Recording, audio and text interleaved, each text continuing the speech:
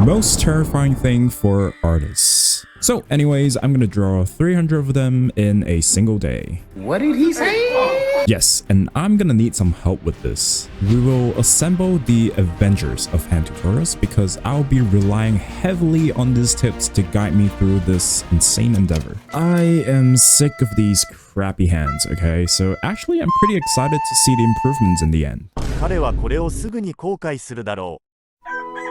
I started off at 9-ish. Already not a good start because I didn't get any good sleep the night before. Maybe I was a little nervous. I'll be honest with you right now, my original plan was to do 500 hands. But yeah, you'll find out soon why it became 300 instead. As you can imagine, using a timer is key here. It would have been impossible for me to do all 300 otherwise because my toxic artist self will just spend way too much time perfecting one drawing. 3 minutes seemed like a good pace for me, although I dropped it to 2 minutes-ish later as I got more comfy. I would say that the challenge was split into 3 parts overall, with each part focusing on different objectives.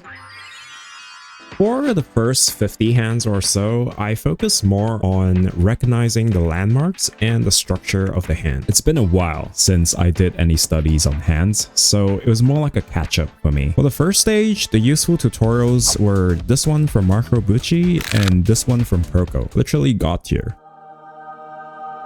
Some key points that were really important here is the Wi-Fi shape for the arc of the fingers, the muscle lumps around the palm, and the angular shape on the thumb side. These things come up in pretty much every hand pose, so I try to keep them in mind as much as possible. In case you're wondering, tutorial links and all the stuff I use in this challenge will be in the description below, like this gesture drawing app and some of the reference packs that I use. I also try to focus more on getting the structure of the base instead of worrying about fingers. Watching back at this now, I definitely should have gathered better references for this stage. Some of the poses I did were not really optimal for my goals. You definitely don't want to start with foreshortening and crazy twisting poses like these. Are you sure about that? But anyways, I pushed through. I would say though, the first 30 or so hands were actually quite enjoyable. I think some of these look pretty good, like this one and this one. But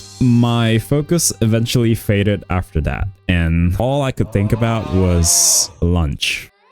The next 100 or so hands were the biggest struggle. I actually dreaded so much to come back and draw after lunch because it's time to reduce the timer to 1 minute. And let me tell you, the 1 minute timer was actually hell. You see, unlike the 3-minute timer where I had all the time in the world to observe and redo some of the parts when I made mistakes, the 1 minute timer was so much more unforgiving. I pretty much had to just go when the timer starts. Also, because I wanted to include more elaborate fingers in this section, so it was really tough to be able to finish certain poses on time. But this was actually worth it, and I will let you know why in the end. My focus for this stage was to capture overall proportions and practice finger shapes to simplify their forms. This time, I watched this tutorial from, again, Bucci, and this one from LoveLifeDrawing. The tutorial from Marco is useful for learning the shape of the fingers, especially the thumb, which is probably the most important finger to draw right. Just remembering the shapes he used in his video made my life easier when I was trying to get through these drawings. The bread slice technique is definitely an interesting idea. The challenge for me, however, is to be able to see through the fingers from certain angles, like when they're being overlapped like this. Also, when the hand is being clenched up like this, the palm would bend more. So the bread slice shape is much harder for me to visualize in those situations. All this bread talk was making me hungry again, which wasn't very helpful. For this reason alone, C-tier tutorial. Nah, I'm just kidding. The box method in the video was very useful to visualize the base of the hand once you get used to it, and be applied to a lot of situations. Stuff that I mentioned was very niche situations, and looking back, even with that, I can still see the bread slice in some of them. So yeah, it was hell. I had to take a quick break when I reached around 150 hands because my wrist started to hurt from drawing so much, risking carpal tunnel for a dumb YouTube video. Nice. Anyways, I went on a break, rethinking my life choices, and would you look at that, it's already past evening. This is when I gave up on trying to do 500 hands because there's no way I'll be able to do that, even if I go full focus mode for the rest of the day. And trust me, at this point, I wish I was doing anything but drawing hands. I was even procrastinating on YouTube. And as we ride to certain death, we trust our successors to do the same for us! Because my soldiers do not buckle or yield when faced with the cruelty of this world! My soldiers push forward! My soldiers never give up! And with my newfound motivation, I pushed through to hand 200. Look at the canvas filling up, it looks insane.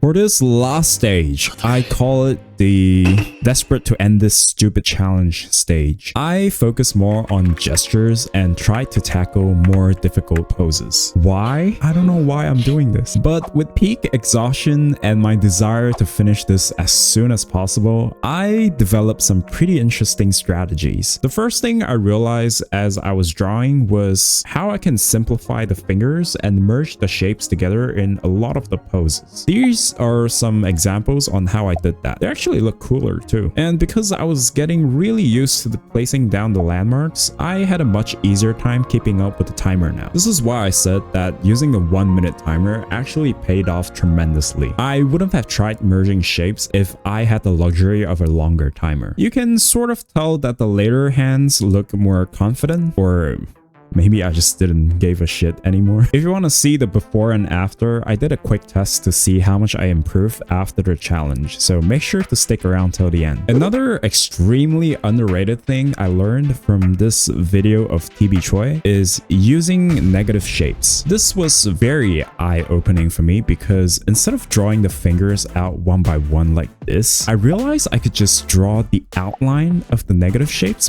between the fingers. This is actually much more intuitive when you're dealing with crazy poses and perspective. Instead of seeing the hand as a 3D object in these cases, it's easier to just simplify them as flat 2D shapes. Finally, I felt like the challenge was getting a little easier at this point and tried to push.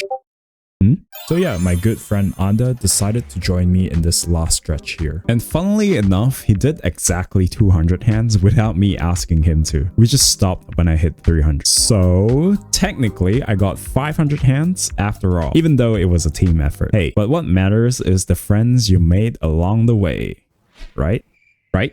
Please say yes. The last 50 hands were just me having fun. I stopped paying much attention to the timer since I was finishing them within 1 to 2 minutes anyway. And he actually did 30-second hands, which I have no idea how he does it. Dude's insane. So this was the story of how I drew 500 hands. But the question remains, was this challenge worth it? Absolutely not. This challenge was stupid. It's trash. I actually learned a lot from this. I sort of have to change my strategies to accommodate the challenge better. This is big brain time. As I go, I think these aha moments would have come much slower if I didn't push myself through the limit like this. Pressure makes diamonds, baby. Now, here's something I did as a quick test a few days later to see how much information I retained. Mind you, this drawing wasn't done under a timer, but I did finish it around 5 minutes or so. I will say I'm definitely more confident with the structure of the hand now, as well as knowing all the landmarks. But personally, I wouldn't recommend this to anyone. I think I should mention that starting from hand 200 or so, I stopped really paying attention to what I was doing and just wanted to end my suffering. It's also important for me to mention that I'm not considered as a beginner, so it might be less taxing for me to get through so many drawings in one day. But if you don't care and you're trying to do something similar, in terms of pure learning and retaining knowledge, it'd be much better to split your sessions into 2 or 3 focused ones, maybe like 3 to 4 hours each. But yeah, comment down below which body part you think I should draw next, and in the meantime, I think you should watch this video next. It's hands down my best video yet. Bye!